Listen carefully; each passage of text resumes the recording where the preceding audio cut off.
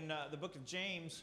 We dealt with the passage last week, 13 through 17, trusting in God, and ended with this discussion on those who know to do right and don't do it. To them, it is sin. Now, we talked about what the rightness of this particular statement is, and if someone could encapsulate that discussion maybe as we move forward into chapter 5. Anybody have any thoughts about that to sum it up? I know you've slept since then, so we were talking about one of the things that they decide that they're going to do. They're going to say to themselves, today or tomorrow we're going to go into a city and buy and sell and get what? Gain, riches. We're going to enrich ourselves. And so the discussion revolves around material wealth and material goods. Now, by the way, all throughout the book of James, what have we seen a discussion of from the very beginning, even up until now? He says in chapter 1, let patience have your perfect work, that you may be complete and entire, lacking what? Nothing. So if we have the right character, the right disposition toward God, will we ever lack? Will we ever have need in this life? No, the Lord is my shepherd, I shall not want. Okay, so now what we're looking at is individuals who've taken upon themselves with this haughty, arrogant attitude to go in and to ply their business or their trade in order to enrich themselves. And what's the problem with this?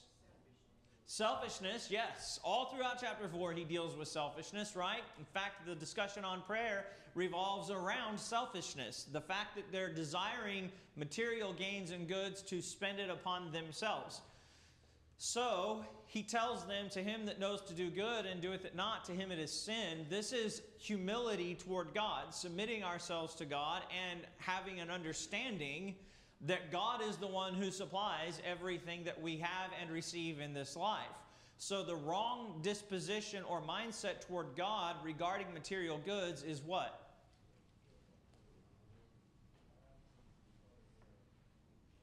What is the wrong view? Okay, sin, the wrong view is I'm going to take care of myself. I'm going to do everything for me, and I have the ability to do it. Now, again, he says, but now you rejoice in your boastings. What are they boasting about? Their ability to make money, to get gain. All such rejoicing is evil. Okay, again, this is being puffed up and selfish in one's abilities. Therefore, to him that knows to do good and does it not, to him it is sin. So again, this is that idea of humility toward God. God's people should have the appropriate response to God in this life concerning material goods. Now, we're going to talk about that in James chapter 5. He says, go to now, ye rich men. What has he just been talking about? Those who are going to partake in entrepreneurial efforts to enrich themselves. He says, go to now, you rich men, weep and howl for your miseries that shall come upon you. Your riches are corrupted, your garments are moth-eaten, your gold and silver is cankered, and the rust of them shall be a witness against you, and shall eat your flesh as it were fire. You have heaped treasure together for the last days. What's he saying here? Eventually you're going to lose it all, and you wish you would have invested in spiritual things. Yeah, eventually you're going to lose it all. You wish you have invested in spiritual things.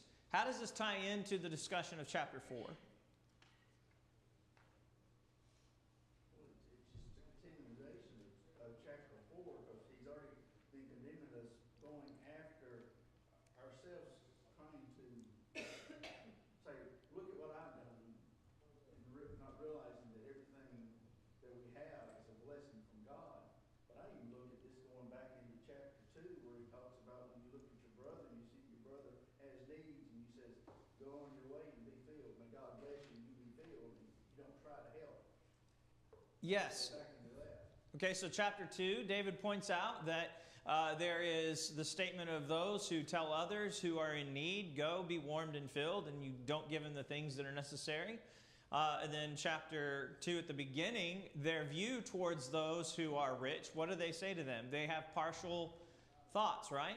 They're telling those who are wealthy, who are rich, come in and sit in this good place. Those who aren't wealthy, sit here at my footstool or sit in the back. So again, the disposition that naturally people have towards those with money is what? Well, We prefer those who have wealth, okay? Now, in this particular section, is it wrong for them to have money? Is he condemning just someone who is affluent? Ah, there's the key. It's the misuse of goods. Does Paul ever condemn money? No. What does he condemn in 1 Timothy?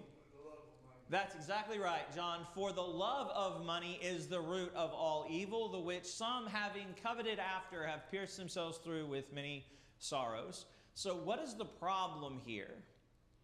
It's the desire to accrue to oneself gain or wealth for the sole purpose of accruing wealth. Not to use it or dispense with it to help others, but to have it stashed away. So why are they condemned now? What are they doing? They're hoarding. Does God ever want His people to hoard the goods that we have? I find this fascinating, well, and we'll get there in a moment, but does God supply everyone with food yearly? I mean, think about it. What is the crop cycle? Is it yearly? No, it's not.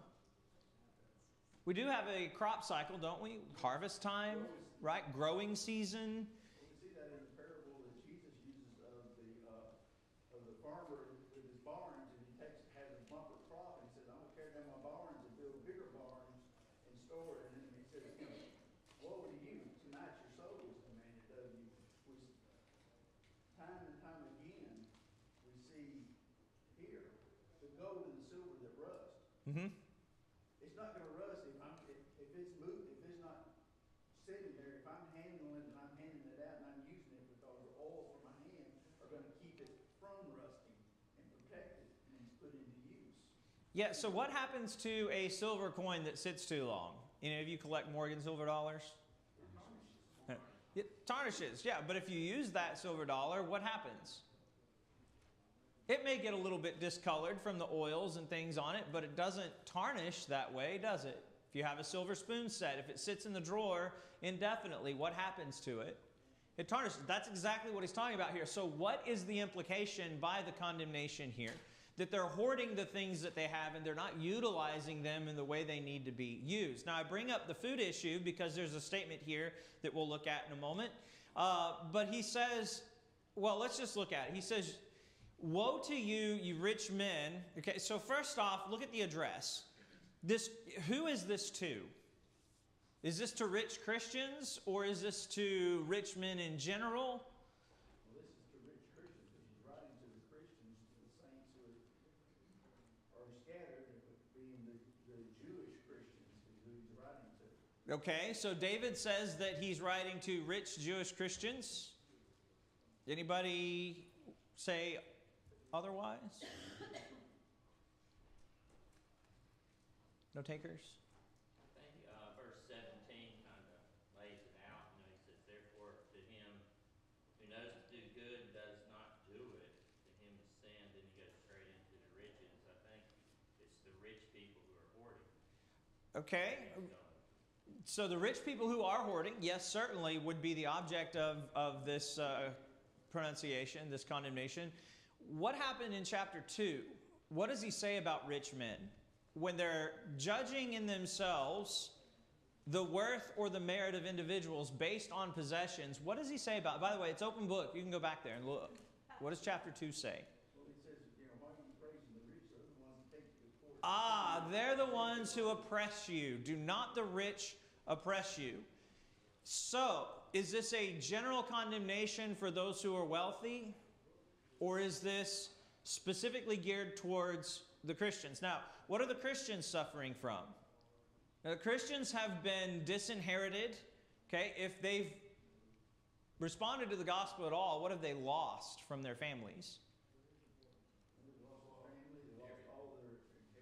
The inheritances that they would have in the land if their family continued to adhere to Judaism. They've lost the relationships that they had beforehand because now they're cursed. They're viewed by their Israelite brethren as anathema, and so they're put out. All right, so they're individuals who are destitute in a lot of ways, struggling to survive.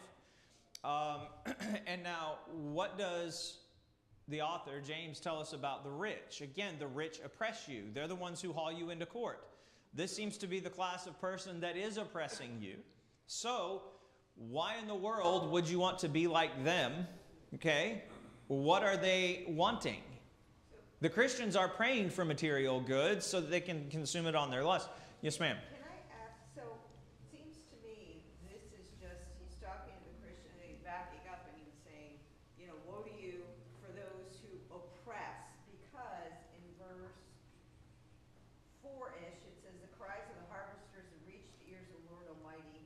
You've lived in luxury. So presumably that's not the Christians, but a general statement about this is what's going to happen to the wealthy. So you don't want to follow that example. Is that kind of the gist here? Yes, and context helps us determine text, and you're absolutely right. So in the Old Testament prophets, and we've gone through a number of the prophetic works, what happens when a prophet is denouncing a particular nation? Now, does the prophet send them that letter and say, hey, you need to read this, God's condemning you? Or is that a general letter for the Israelites? And what is the purpose of that? So you recognize sin and not get involved in it. Okay, recognize sin and not get involved in it. What their God will do to those who are not faithful or follow his dictum. Yes, and so Diane says it's what the Lord will do to those who aren't faithful, who follow his dictums. What is the purpose of the book of Nahum? Okay, what's Nahum about? I know you're probably like, we didn't come to minor prophets this morning. What's that? He's before that. So 2 books that are paired together, okay, in the minor prophets, Jonah and Nahum. Jonah is what? Jonah's a prophet. What's the work about? Going to Nineveh and preaching condemnation to them so that they do what? Repent. What is the book of Nahum about? Nahum's about you had your chance to repent. You repented for a while, but you've gone back into your sin. And so I'm passing judgment on you. Yes, Nahum is a book of judgment against Nineveh. Now, who was the audience of the book of Nahum? The Israelites. Nineveh didn't get that work. They didn't get that memo. Who got it? The Israelites. For what purpose? Now, this is key to understanding what's going on here in the text, by the way. For a warning for them not to become like the people in Nineveh, where they are conceited in themselves. Look at what we've done. Look at all the great. The nation of Israel needs to realize the fact that all their blessings are from God, and it's God who provides everything, and be thankful for that. Okay, so for a warning to the Israelites that all their blessings come from God, David says, and a warning not to be like that. Look a little bit further. Should give them joy too, For what? knowing that God is taking care of those who aren't, or punishing those who are doing wrong and taking care of those who are doing right. Yes, so did Nineveh have any interactions with Israel? Nineveh is the capital of what country? Assyria. Okay, so did Assyria have any interactions with Israel? They invaded them, pushed south, destroyed the northern 10 tribes, and actually attempted to destroy Jerusalem and failed. Why do I need to know that God is going to get vengeance on my enemies? Because I need to know that God sees what's going on. That's the whole point. It provides comfort for those who are oppressed. So in this particular passage, James is very clear. He takes a play out of the Old Testament in condemning or denouncing those who are oppressing them, the rich, those who refuse to give of their means and to help other people out. God sees it. Do I need to know that God sees that sometimes? Well, he's just and consistent, you know what I mean? We just suddenly don't have Snuggle Bunny God in the Christian era. It's the same, just, consistent, righteous God. Yeah. Behold, I am the Lord, I change not, right? So we have the same God in the Christian dispensation that was the God of the Israelites. Okay, God is the God of all. And so we need to know that God sees these things. We need to know and be assured that God understands what is going on. So again, does God see what's going on with these rich people? Yes, he does. Now, how many of you have wanted to be rich and seen what they're doing and what they get to do and all that kind of stuff and thought to yourself, man, that must be a nice life? Probably every one of us at some point have had those thoughts. But what is he saying about those people? Look at their attitude. What are they doing? He says, your riches are corrupted. Your garments are moth-eaten. What does that say about if their riches are corrupted? By the way, this is a term that involves food. And that's why I wanted to mention this. Because how many of you have leftovers in your refrigerator from Thanksgiving right now? Anybody? Several. Will they be there in 2 weeks? 3 weeks? They'll be in the garbage, Trudy says. Why? Yeah, because food naturally does what? Goes bad unless it's eaten. So what is food intended to be for? Sustenance, to be utilized, to be distributed to those who have need. And yet, how much food do they have that it becomes corrupted? See, this is a term that's dealing with rottenness. Your food, your riches have become rotten. You try to teach them that in the desert, in the wilderness, Mm-hmm. with the manna. That's exactly where we were going. That everybody got just what he needed. And if you try to get more, it didn't do you good. Yeah, because you can only eat so much, right? God told them to get in the wilderness wandering. The children of Israel were instructed to gather manna. And how much were they to gather each day, except for one day? 1 over. Okay, you got the exact number. Yeah, they were to gather enough for the days. Matt says 1 omer. Yeah, enough for the day, for their family. Why? Because God would provide for them when? Daily. Okay, that's why Jesus, in modeling the Lord's Prayer, says, give us this week our weekly bread, right? Give us this day our daily bread.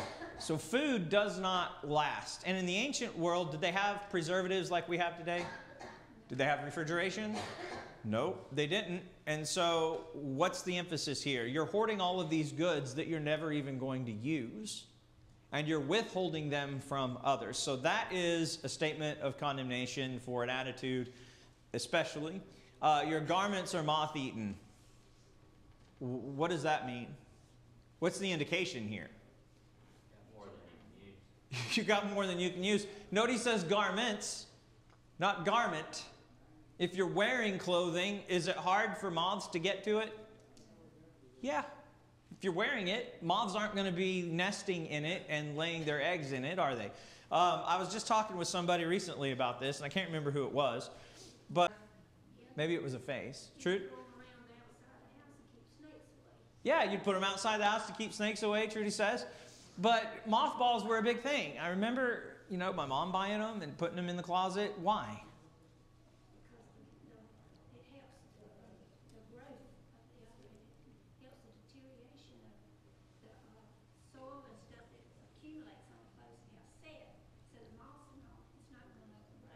Yeah, absolutely. So it inhibits the moths from laying their eggs in your clothes. So if your garments are moth-eaten, at this particular time, what is that an indication of? They have a lot of clothes. They have the ability to afford niceties, to afford finery, to put them in a closet somewhere or in a place somewhere in their home and let them sit and not use them. Okay, that was a mark of wealth, by the way. Most people just had maybe one or two robes, maybe 3, but not a lot. Okay, they would have their Sunday best, probably a working robe, and the things that they would just, mill around about. But not a whole lot, not like what we have today. So again, this is a condemnation of the fact that they are hoarding all of these things to themselves. Diane. So, yesterday, the day before, for those of you who don't know, Home Goods is open on tomorrow. No, we don't need a broadcast for that, please. I walked in and it's like going to Hobby Lobby. Everything's so pretty, And then, I ran to this lady, we had this conversation, and I said, though, you only have so many tabletops. You only have so many places to put stuff. Yeah. You have to walk away. So this is not an antiquated notion because we are much more stuff-oriented, especially with the notion of having separate decor for holidays that you have to store away. So there's nothing wrong with that, but it's one of those things we have to be aware of. Yes, and you beat me to the punch. This is not a problem in today's society, is it? Nobody has too much stuff, do they? How many of you have ever tried to move? How many of you don't want to move because you know you got too much junk? Yeah, I see a few hands. Hey, burn it all to the ground. We had a house fire. That'll help you with materialism, I'll tell you that. But he says, your gold and your silver is canker. We talked about that. The rust of them shall be a witness against you. What does he mean by that? That they're not being used properly. You don't have the right attitude toward them. Yeah. Had so much you didn't share it. Had so much you didn't share it. It's not being used properly. It's not being used. It's not being used at all. What is money? Tool. It's a tool. Money is a tool to help us help others. Why does God want us to give back? Does God need our money? No. The cattle of 1,000 hills are his. God doesn't need your money. God doesn't want your money for the sake of accruing money. Yes, sir. Well, in fact, he says, work to have to give, not to work to have. Yes. Work to have to give. Right. Money is a defense too. Money is what? Defense. A defense? Okay. The Bible says. Yeah, money is a tool that we can utilize to help others, isn't it? Yes, sir. And if we're hanging on to it, I want you to get this because this is important. If we're hanging on to it like this, how much money can go into that hand? None. With a closed fist, you can't put any more money in there, can you? Well, it's kind of like the one-tenth man who just buried it. And it served no good at all. Yeah, he buried it. He didn't even gain interest on it. Absolutely. But if you open up the hand, the money goes out, but what have you also made yourself available for as well? The blessings of God. Yeah, so again, we have a tendency sometimes to put our trust in George Washington, okay? Our trust in Ben Franklin, and those pieces of paper that float around that say we can purchase goods, but really, why would we trust in that? Foolishness, yeah, but so what does it also show? A lack of trust in who? God. God can do far more for us in our lives than just give us dollars. The bull says in the heart, there is no God. Yeah, Psalm 14:1. So again, they're not utilizing their riches correctly, their wealth correctly, and so as a result, they're going to be judged for that. Okay, and he says, the rust of them shall be a witness against you. The rust is going to testify that you did not utilize these things correctly. He says, and shall eat you your flesh as it were fire. Okay, so what is that? That's kind of rough.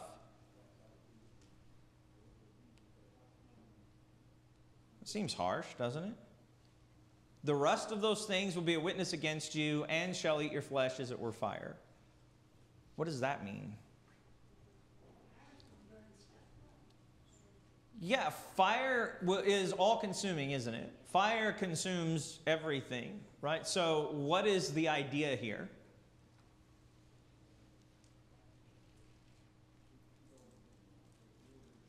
Well, I just wondering, is it getting it, it's gonna be it's gonna be a final judgment against us that we were blessed by God and we failed to use it as we should have, trying to hoard it for ourselves, thinking that it's gonna, in the long run, benefit us. And I was just thinking, this final judgment, the hellfire destruction that's gonna come. Yeah, is there any way, so reference to the judgment and the destruction that's to come, you're absolutely right in the consuming nature of that judgment. But look, key words here, it shall be what against you? A witness against you. So is there any way out of the testimony of the goods that you've hoarded? No. Because they're the witness against you, and that is what's going to be your ultimate demise, your downfall. That's going to eat their flesh as it were fire. That is going to be consuming them. The witness against them because of what they've done with these things. He says, you've heaped treasure together for the last days. What is he talking about here?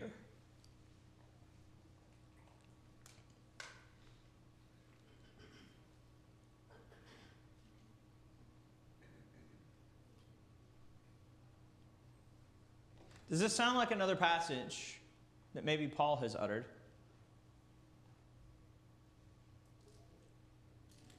All is better. Yeah.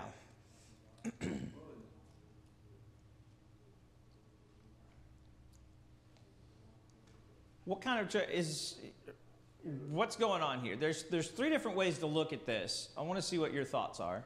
Well, I'm back in the last day, the final day when Christ comes, all riches that I have stored up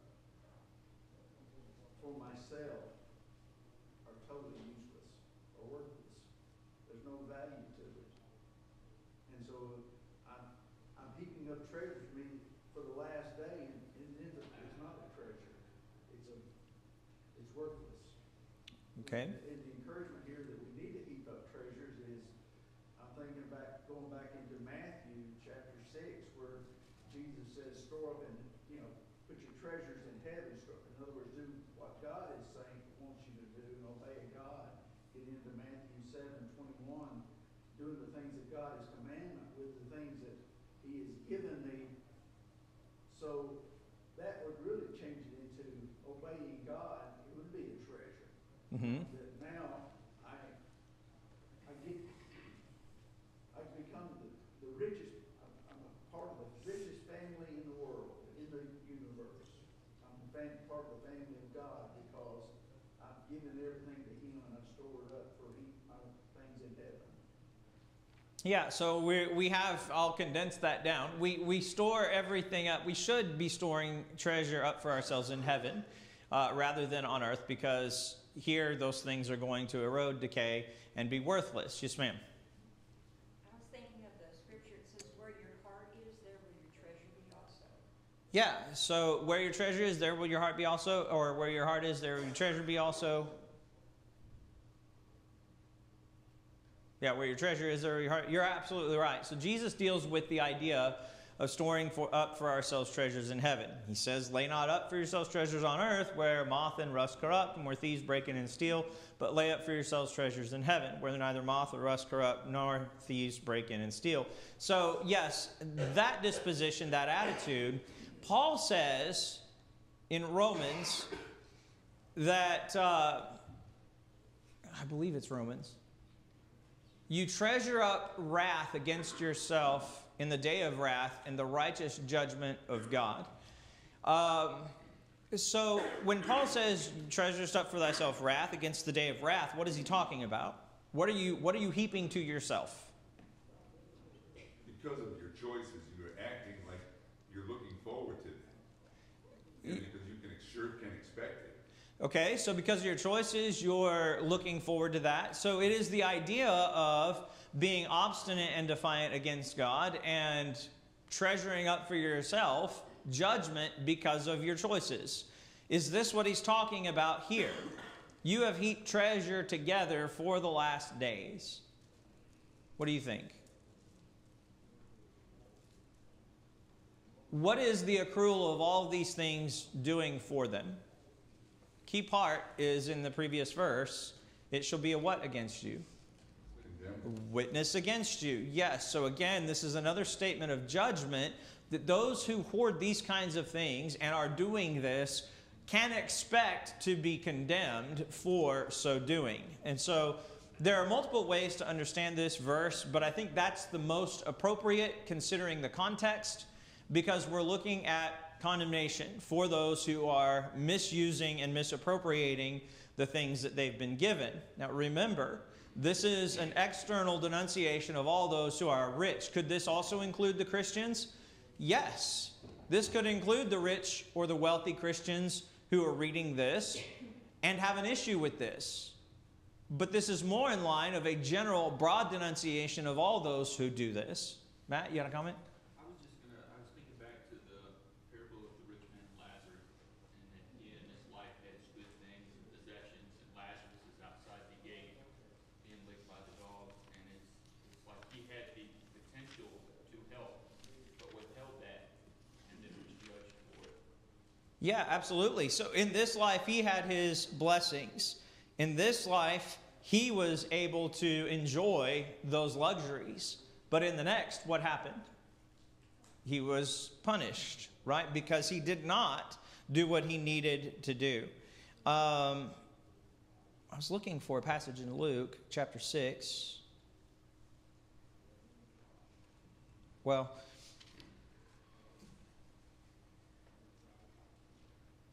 I can't find it. That's all right. It's there somewhere. But he talks about those who are enjoying the blessings currently in this life, and that they enjoy them, but only for a time. James? I was just checking. So James did make a difference between being miserly and saving for the future.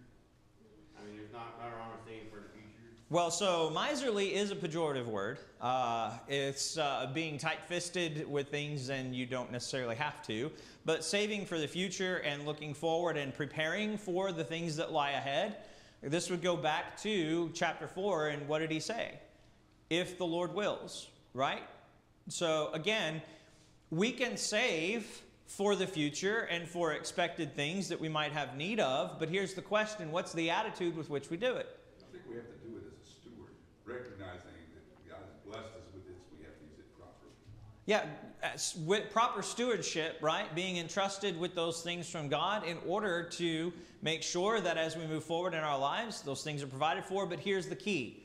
Where's our trust? Is it in the number in the IRA? Is it in the number in the 401k? It's in God. It should have nothing to do with the dollar amount, right? It should have everything to do with the trust and concern that God will provide for us. Does that mean that we just spend everything that we have and say, oh, God will provide, next month's electric bill somehow, some way? No. Again, we need to be good stewards of the things that we've been entrusted with. We have obligations and things that we need to meet. But again, it goes back to that idea of why does God want us to give? Which was never answered, by the way. Why does God want us to give?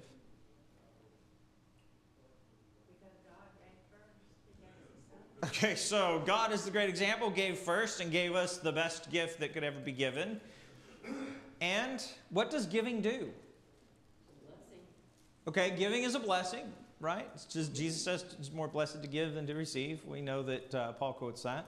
When I think about giving, I think about back when I was first out on my own, living paycheck to paycheck, paying my rent and all my bills and my car payments and working, and then it would come Wednesday, Thursday time frame, and I know I'm going to get paid on Friday, and my cabinet is getting low on food, and then someone comes up and says, hey, can you spare a can of beans? And I go up and I've got 2 cans of beans and 3 days to live on, and I give them one, and I live off the other one myself, and how great and how blessed I felt that, hey, I had something to give to someone who was in need. Yeah, absolutely. It's a great blessing to be able to give to those who have need. What about giving financially to God? Because this is the point that I want to drive home. We don't have a lot of time left. What about giving to God? Helps us remember that it all came from Him. It's not ours. Yeah. It's a reminder that it came from Him and that He's the reason we have it anyway. And when we give and part with those things, what does that do? Say, I don't know what your budget is. Don't care, all right? I'm not concerned. This is not a class on giving per se, right? We're not talking about... But there is an element here that is certainly worth our notice, because they're hoarding things and they're receiving judgment for it, all right? When we give, it forces us to think about where it came from, and then it forces us to be what? Dependent on God. Think about the Israelites and what they offered. It's believed that they offered anywhere between 40 and 60% of everything that they took in each year. Now, how many of you would be willing to part with 40 to 60% of that which you take in each year?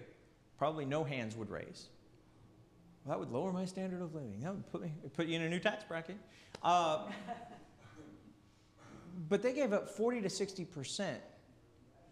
What was the spiritual formation and development of that process? What did it force them to do? Rely on God. when they gave those things, they had a dependence that God would provide for the necessities of their life. And when they were living correctly, did God ever let them go without? No. Bless them. Chance, even more so with the Levites, they had to rely completely on the gifts of others. Yes. Yes. And I won't insert, modern, religious structure in there, but the fact of the matter is the Levites had to fully depend on the benevolence of the rest of the people, didn't they? Why? Because they were servants to God. They didn't have land, didn't have the ability to harvest, couldn't, rear animals and those kinds of things. Now, I'm sure they did in some small way, but their whole sustenance was taken care of by what? By the rest of the nation. And so there's an expectation that we take care of one another in that, in our giving, but then also that it develops a dependence on God who sustains all things. And it reduces our dependence on the number. It reduces our dependence on financial means. Okay? Now, is that a hard lesson to learn when you're scraping by, living paycheck to paycheck?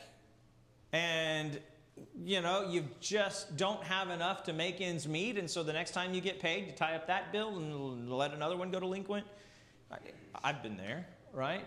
I was in my 20s with 3 kids. I know how that goes.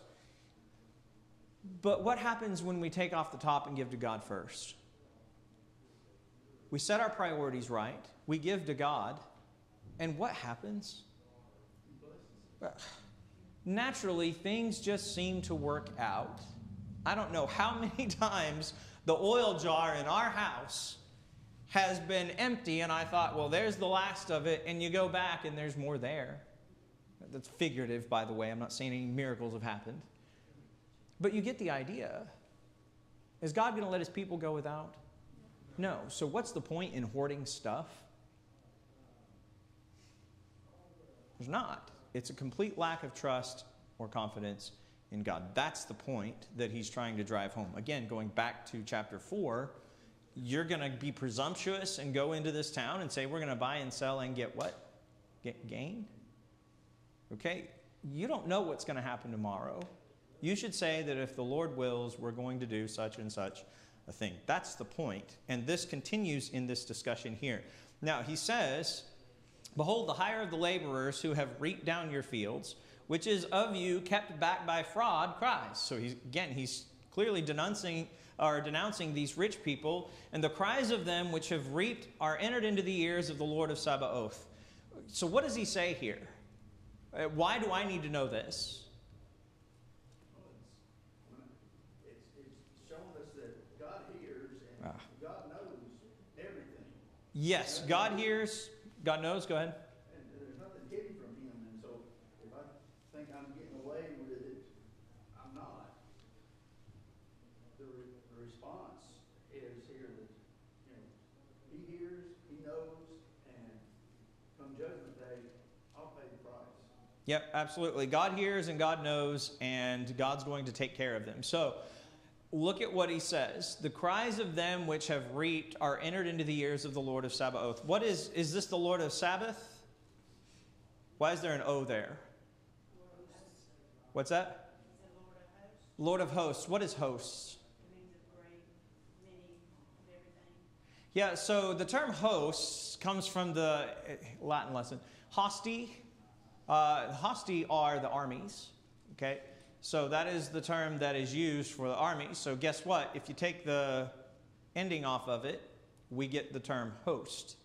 So this is Lord of the armies, which is indicative of what about God? God, Lord of the armies, he's going to take vengeance, right?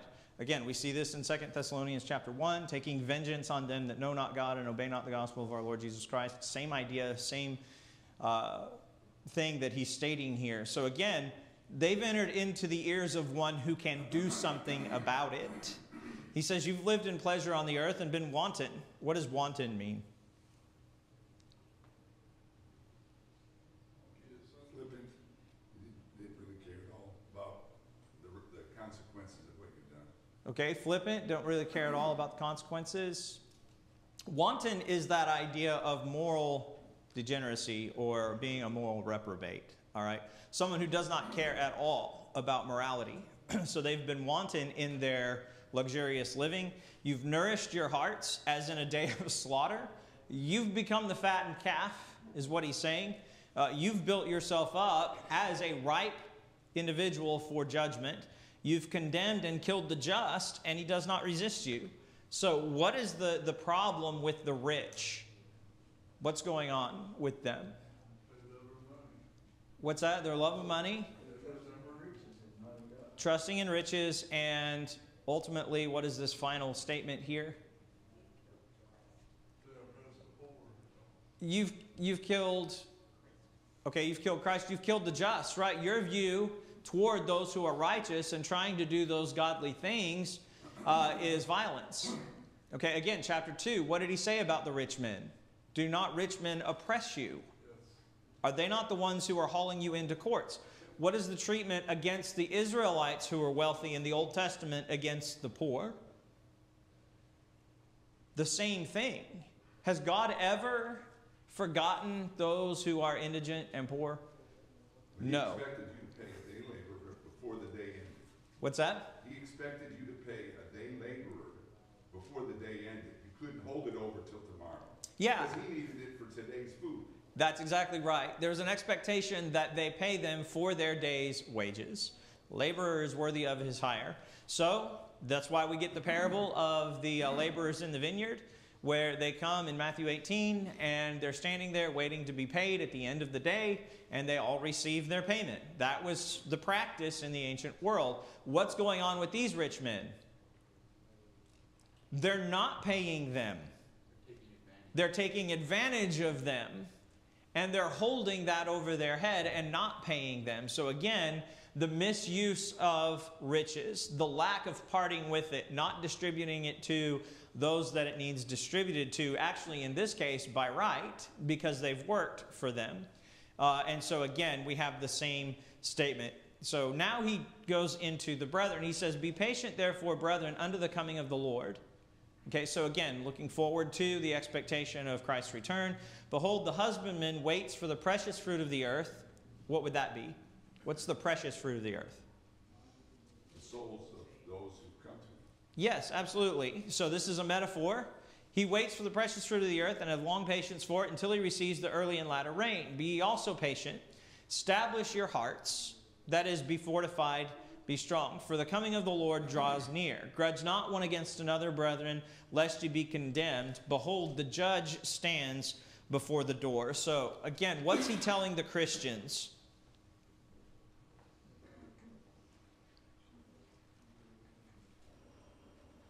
He's telling them that time's up. It talks a lot about your heart, all those things you've been reading here. I think the more we as Christians learn to give, and the more we give like God wants, it helps us to soften our heart. And the more softer our heart is, the more pleasing to God it is. The opposite of that is we hoard. I think we're hardening our heart. We don't need to harden our hearts as Christians, because we'll break and fall away from God's word and keep giving. I think it really does help us in a lot of ways that we probably don't even realize, and we're learning to do it like God does. Absolutely. Absolutely. Giving softens our heart towards those that are in need, and it helps us be preventative in the hardening of our hearts against those that we would otherwise have sympathy for and compassion on. And it helps us develop, you are correct, a trust and a reliance on God. Well, I appreciate your attention this morning. The lesson is yours. We'll pick up here next week and finish out James.